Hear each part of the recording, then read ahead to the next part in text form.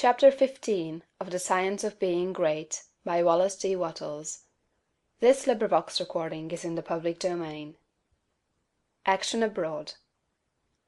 The rules that apply to your action at home must apply to your action everywhere.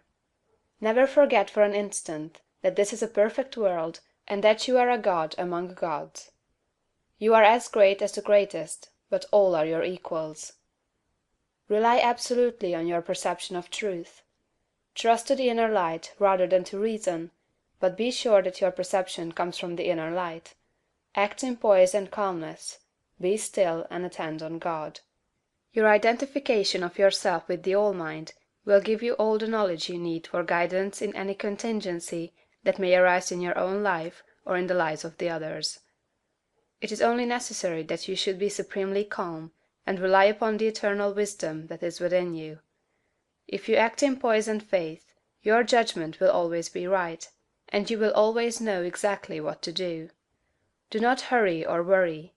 Remember Lincoln in the dark days of the war. James Freeman Clarke relates that after the Battle of Fredericksburg, Lincoln alone furnished a supply of faith and hope for the nation. Hundreds of leading men, from all parts of the country, went sadly into his room and came out cheerful and hopeful. They had stood face to face with the Highest, and had seen God in this lank, ungainly, patient man, although they knew it not. Have perfect faith in yourself and in your own ability to cope with any combination of circumstances that may arise. Do not be disturbed if you are alone. If you need friends, they will be brought to you at the right time. Do not be disturbed if you feel that you are ignorant.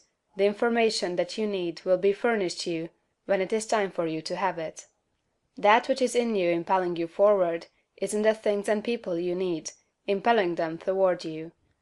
If there is a particular man you need to know, he will be introduced to you. If there is a particular book you need to read, it will be placed in your hands at the right time. All the knowledge you need is coming to you from both external and internal sources. Your information and your talents will always be equal to the requirements of the occasion. Remember that Jesus taught his disciples not to worry as to what they should say when brought before the judges. He knew that the power in them would be sufficient for the needs of the hour. As soon as you awaken and begin to use your faculties in a great way, you will apply power to the development of your brain. New cells will be created, and dormant cells quickened into activity, and your brain will be qualified as a perfect instrument for your mind. Do not try to do great things until you are ready to go about them in a great way. If you undertake to deal with great matters in a small way, that is, from a low viewpoint, or with incomplete consecration and wavering faith and courage, you will fail. Do not be in a hurry to get to the great things. Doing great things will not make you great, but becoming great will certainly lead you to the doing of great things. Begin to be great where you are, and in the things you do every day. Do not be in haste to be found out or recognized as a great personality. Do not be disappointed if men do not nominate you for office within a month after you begin to practice what you read in this book. Great people never seek for recognition or applause. They are not great because they want to be paid for being so. Greatness is reward enough for itself. The joy of being something and of knowing that you are advancing is the greatest of all joys possible to man. If you begin in your own family, as described in the preceding chapter, and then assume the same mental attitude with your neighbors, friends, and those you meet in business, you will soon find that people are beginning to depend on you.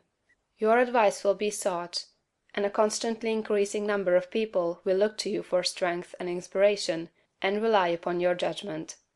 Here, as in the home, you must avoid meddling with other people's affairs. Help all who come to you, but do not go about officiously endeavoring to set other people right. Mind your own business. It is no part of your mission in life to correct people's morals, habits, or practices. Lead a great life, doing all things with a great spirit and in a great way. Give to him that asks of you as freely as you have received, but do not force your help or your opinions upon any man.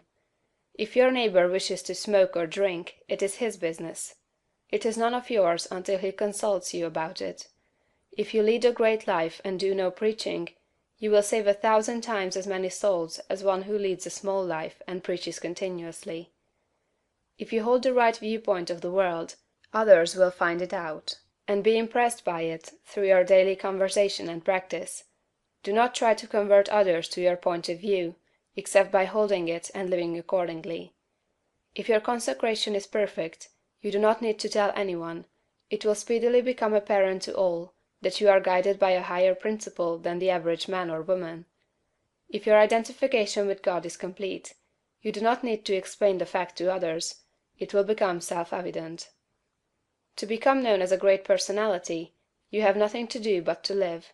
Do not imagine that you must go charging about the world like Don Quixote, tilting at windmills, and overturning things in general, in order to demonstrate that you are somebody. Do not go hunting for big things to do. Live a great life where you are, and in the daily work you have to do, and greater works will surely find you out. Big things will come to you, asking to be done. Be so impressed with the value of a man that you treat even a beggar or the tramp with the most distinguished consideration. All is God. Every man and woman is perfect. Let your manner be that of a god addressing other gods. Do not save all your consideration for the poor. The millionaire is as good as the tramp. This is a perfectly good world, and there is not a person or thing in it but is exactly right. Be sure that you keep this in mind in dealing with things and men. Form your mental vision of yourself with care. Make the thought form of yourself as you wish to be, and hold this with the faith that it is being realized, and with the purpose to realize it completely. Do every common act as a god should do it. Speak every word as a god should speak it. Meet men and women of both low and high estate as a god meets other divine beings. Begin thus and continue thus, and your unfolding in ability and power will be great and rapid. End of chapter 15.